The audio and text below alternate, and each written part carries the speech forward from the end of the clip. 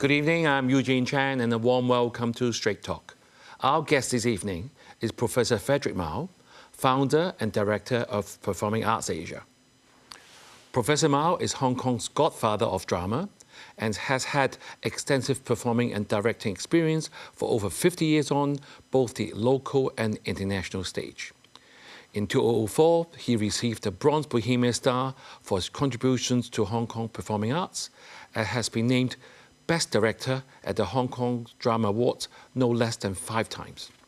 He has mentored aspiring talents and pioneered the first ever Cantonese Opera degree program at Hong Kong APA. Even now, he continues to lead groundbreaking projects as Artistic Director of the Jockey Club Mao Zhenfei Innovative Works in Theatre Scheme. This evening, we have invited Professor Mao to talk to us about how performing arts can contribute to Hong Kong's future. Welcome, Frederick. Thank you. Thank you for having me. Frederick, perhaps we'll start with a little bit of your background. Okay. You were born in Shanghai, then grew up in Hong Kong, studied theatre arts in US, where you received a Master of Fine Arts before making your debut at the Broadway in 1976. That must have been quite an achievement for an Asian as a minority at that particular time. So what was performing in the US as a minority like? Can you share with the viewers? Sure. Actually, I was very fortunate because when I finished study in America, I was able to join the professional theater community and started as an actor, director, and eventually even for a short period of time to be the artistic director of an American company, which of course I learned a great deal there. And then further than that, I got a chance to work on Broadway. And not only on Broadway, but working with the top rank director, composer, lyricist, Harold Prince and Stephen Sondheim. Mm-hmm. And I learned a great step to know about the business as well. Did you encourage much discrimination? I never noticed much discrimination. People ask me why. You don't have it? You don't find there's any discrimination? And I said, maybe not, but maybe yes, because I didn't feel it that way because right. I was born in China. I was educated in the Chinese culture, and I know what I got in my pocket. Right. And I think that gave me the confidence. Exactly. Yeah, to study there. So when the Hong Kong Academy of Performing Arts, the APA, was established in 1985, you moved back to Hong Kong with an invitation to be the head of acting at the School of Drama. That's right. And you have involved in training many esteemed actors that we know in Hong Kong, such as Anthony Wong, Jie Guan-ho, Louisa So, and Alice Lau. I think the list will go on. So how good are our stars as compared to those international stars on Broadway or the West End? Well, I think they are just as good. If not even, they have their own particular characteristics of Hong Kong young talents, you know. And so when I came back to Hong Kong to teach, I didn't bring everything from America and just sort of just laid on them. You know, I have to find out who they are and how to teach them how to become an artist themselves. Mm-hmm. And they did, and which I'm very proud of. Today, actually, many of the young performers are actually not only on stage, but backstage as well. They are the true Hong Kong talents that I witnessed. Right, so great to know that we've got first-class talent in both the front and also backstage as well. So Hong Kong being a cosmopolitan city, and now we have world-class performing venues. Mm-hmm. So why are we not renowned internationally, let alone say Asia, for performing arts? So what is the missing link? Why are we not up there with the West End and the Broadway? Okay, there's several reasons. Then one of the most obvious reasons to me, in my experience, is that we tend to stay in the very early stage of development, which is the government give the funding and to subsidize the people to get started, which is good. Otherwise, we don't have the Performing Arts Foundation today that we established. But actually, we have to move forward. Right. We have to go forward. And that is something we're missing here. For example, we're seldom to really introduce ourselves to the world, not only just to the, including to our own country, to China. You know, we often, the one thing my experience was, I brought the first Cantonese drama production to China, not only for cultural exchange, educational reason, but for public performance, right. which works. Right. So, Frederick, if I'm going to ask you where's Hong Kong place on the international stage of performing arts, you would say at the early stage, right? Yes. Do we have room to move forward? But we are ready. So That's we can the move thing. forward. We are ready. We need the government's promotion, the government's support. We also need a society to believe in how to use us to as a window to introduce who we are. Right. So, I mean, we do travel around the world. Hong Kong people love traveling. And when they go to London and New York, they always look for the Phantom of the Opera, Les Miserables, Evita, or Cats are all major attractions there. But Hong Kong being a cosmopolitan financial hub, just like London and New York, we don't have anything similar. So how can performing arts contribute to this, to sort of diversifying our city's identity, not only as a financial hub, and also be an attraction for international cultural tourism? What can we do? Now, based on what you said, I believe that you are talking about the creative industry. Or the cultural industry, you can even say that. And that is something we need to do now. And we don't need to imitate the West in terms of Broadway or West End, because they developed based on their own genes. Right. We have our own genes. We have to know what we got, what we are worth it to introduce to people. For example, later we can talk about our traditional Chinese theater. Right. Which is something, if we come in, make it more contemporary and that can reach the modern audience, the young audience, then we are moving forward, really introducing what kind of things we can do. Right, you know, Hong Kong government, we're trying to do this Night Vibes Hong Kong campaign, trying to boost up the economy. And I don't see many Chinese opera performing arts being involved. Do you think we will develop some sort of a good show one day that can be part of this? Now, there's one reason that we don't see that many, because when we are what they're doing is with this government support, we tend to, I'm talking about the Cantonese Opera now, tend to stand still, which is not enough to reach the majority of the audience. Not even talking about going abroad or talking about to China, but even for local young audience, there's a gap, you know. So we need to use the tradition, but to use it as the agent for changes. Right. So, Professor, before we go to the break, I'm going to ask you the last question. As you know, arts and culture, creative industry, to many are very abstract. And there's only a niche group of people that have interest on that. So what value can, say, in particular performing arts, bring to the Hong Kong society? Well, in the old days, in the Chinese, we are talking about performing arts is bringing us the 真善美, you know, the truth of life, the beauty of life, and the virtue of life. And even to pursue that will make Hong Kong something very special. And we need to do that. This is our job to do it. Right. Frederick, let's take a break now. But viewers, do stay with us. We will be right back.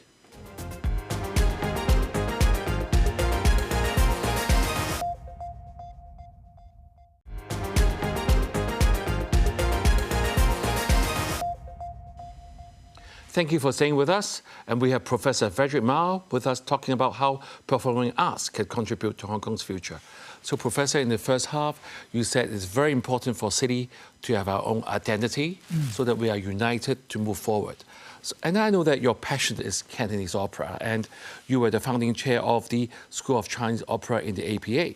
So what actually characterizes Cantonese opera, and how is that different to other Chinese opera like the Beijing opera or the Shanghai opera in short? Chinese opera is very special, and especially the Cantonese opera, as from the very beginning, is also an art form that is very open and very free to absorb things from the old and new, the East and West. You know, in the early days, when our pioneers like Si Kok-sin, Right. and he used piano in the music in his orchestra, as well as the violin, which is still using in Cantonese opera. You know, so that's why I see the Cantonese opera as one of those art forms that we can explore to find the innovative development. Right. You know, in 2009, the Cantonese Opera was included in the UNESCO representative list of the intangible cultural heritage of humanity. And in 2019, the Xixi Center was built for that, further promote its rich heritage. So how good is our local production to Hong Kong? And do we have the talent that we need to attract international audience? Right. Our local Cantonese opera troops has been very actively performing these days, because the government is really, the current government is really fully supporting the development, the further development. But I think was one lacking is that the Cantonese opera community itself tend to stand still, you know. Right. So people like me, who loves the traditional theater, our Chinese traditional theater, which I have a very, I grew up with it, you know. And today, especially today in Hong Kong, I think it's important we use the tradition as a springboard for the further development, which makes our Cantonese opera or traditional Chinese theater can match the modern audience to be in sync with them. So, how popular is this genre in Hong Kong right now? Now, what I learned from the APA, the Chinese Opera School, I find that the young people today are still inspired to do the Chinese opera, which is amazing, you know, in today. And so I think that it's very important to join them, to bring them together, to explore the new ways to do the Cantonese opera, which can be combined both the old and new, you know. And the thing is about Chinese opera, which one other thing is very important, which is that the whole Western theater is really very keen on to explore, but they can't because that doesn't belong to them. Right. It belongs to us. So we have the responsibilities to in charge, to move forward, to advance. So Frederick, so from what you're just telling me, that suddenly I think of Hong Kong having this great asset that we have to use. Exactly. Right? We have this, as I said earlier, the Night Vibes campaign. We need to look at more programs for our population. If this genre is getting standing with the youth, if we're having the West wanting to know more about us, this will be an excellent way to attract international tourists, especially now we have the Xixi Center. Exactly. You know, I've been involved with the West Kowloon, the development, as well as the many different things that the government tried to do. But eventually, I think that we, as the practitioners, whether it's Cantonese opera or theater practitioners, we have to take in charge of to move forward. Right. You know, and that's our job, and especially for today. You know, because today. Maybe you think that I'm distracting from the things you're talking about. The AI age is coming. Right. But the performing arts is one of the virtue about it is the real contact, the human contact.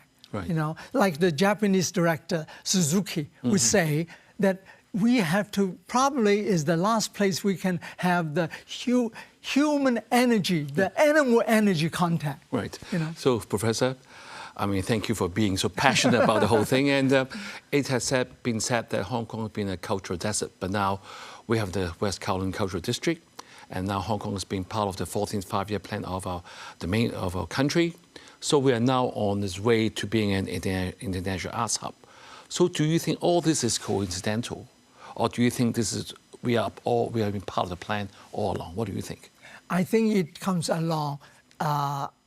It's not something maybe not something we planned, but I think that we have to realize this is happening. Mm-hmm. And that's why I said earlier, I said that I embrace the mission that we got mm-hmm. about the meeting of the exchange of the East and West, right. because this is exactly what Hong Kong can in charge right. of. Right. So far, from what you're saying, I think we should be very positive. With your pushing behind and with the unity of the whole profession, we'll do well in this sector to help Hong Kong to move along in the 14th five-year plan. But I could ask you some very direct questions sure. at the Straight Talk. You know, the Western media often talks about the limits of free speech and creativity. And they would say, oh, because we have the national security legislation right now. So has this limited the Hong Kong performing arts in any way? No, I don't quite believe that, because I think that we as the artists, or whether we are the arts practitioners, we have to have our own principles. The principles, I don't need to use the Western standard. I just use the traditional Chinese standard. It's called 真善美. Right. The truth of life, the beauty of life, and the virtue of life. Right. Just to pursue that, we are making great work. Right, so there's nothing being limited in the performing arts industry because there's new law coming in. Yeah, because otherwise we are only close ourselves. Right. You know, in fact, for me, over the years, I study, I practice, and I teach, and today, I realize that we have to continue to learn right. about who we are. Right, Professor, you know, artists by nature are more idealistic and have romantic ideas about revolution, just like in other parts of the world. And as a result, during the 2019 social unrest in Hong Kong, some students from the APA were accused of being involved. So how can the performing arts community contribute to the healing, the resilience, and the unity of a city? Well, now we have to accept the fact that in the past, because Hong Kong was a colonial city, okay? And so in a way, the Western influence, the Western education is very much there, and definitely will influence ourselves, okay? But today, we have to realize that we have to move forward and to relearn who we are. Right. I feel in some way guilty about not introduce enough of the traditional Chinese history, literature, our traditional arts to the younger generation. Right. And Frederick, now Hong Kong is going through some challenges economically, and after the COVID, the 3 years of COVID, and I mean everything's starting from ground zero again. But I'm very happy to hear that the young people embrace the new genre of the Cantonese Opera. So can you actually make this industrialize the whole sector so that it becomes an actual economy on its own? Is it possible? It's possible, but we have to realize that what we need to do is on our own, not just following slogans or some high wordings, you know, and that won't work, right. you know, because, for example, how to tell we always talk about these days, tell a good Chinese story. Hong Kong story as well. Good Hong Kong story. Do everybody know what that means? I don't think so. Right. You know, we talk about investments. You see what I mean? Yeah, I see what you mean. So investment from private sector, I'm sure, is something that you look for. In the US, we know that they have the Rockefeller Foundation. So what sort of private investment do we have in Hong Kong? I mean, are big corporations into this at all? You bring up actually is a very important question, because earlier I didn't have the time to explain further, is the society has to also relearn about how to support the arts, because the arts and culture, it really is about us, who we are. So if the society would support that, and of course there could be something to do with the government's policy, how to sort of pushing the society to support this. For example, in America, the Rockefeller Foundation, the government really pushing them to do their job. Right. And even when I was studying in America in the last decade, last century, and they're already supporting the young people to do the work. Right, Frederick, we've now come to the end of the show. I think it's a very important time for you to talk to our Chief Executive, John Lee, and our Secretary for Culture, Sports and Tourism, Kevin Yeung. They told me to watch the program. I see. And then you've been saying to us that the government have been doing a lot of things. We've got the 9 performing groups, and they're putting money into it. Tell them, from your point of view, what can we do to make sure the performing arts industry become an important part of the future of Hong Kong? Okay. I think that a couple of things I would bring up. First of all, I think the government could pay more attention to the software than just the hardware. Right. Because we always heard that theater is made by people, not buildings. Right. So the software is what our strength is. Right. One, yep. The one. The second thing is that focus more on the content and the substance of the work. Right. And not just a systematic approach to get the job done. Right, okay. Okay, that's another thing. And finally, the funding. And even in the Cultural Commission, I will bring up that idea to share with everybody, is the funding system, which is very good at the beginning. Right, very in short, I know that government has been putting a lot of money into this arts and culture. Yeah. Are they putting the money in the right place? That's right. They need to adjust. Adjust to put more money into really rewarding the target achiever. Okay, right. Right, thank you, Frederick, for a very enlightening discussion of the performing arts scene in Hong Kong. You have definitely highlighted for us how performing arts can contribute to the future of Hong Kong and shape us into an East-Meets-West centre of international cultural exchange. Allow me to share with you with a quote from film director Zhang Yimou. Art is the voice of a nation's soul, and through our creative endeavours, we shape the future of a great civilization. Let's embrace fully all that Hong Kong arts and culture have to offer. Have a good evening and see you next week.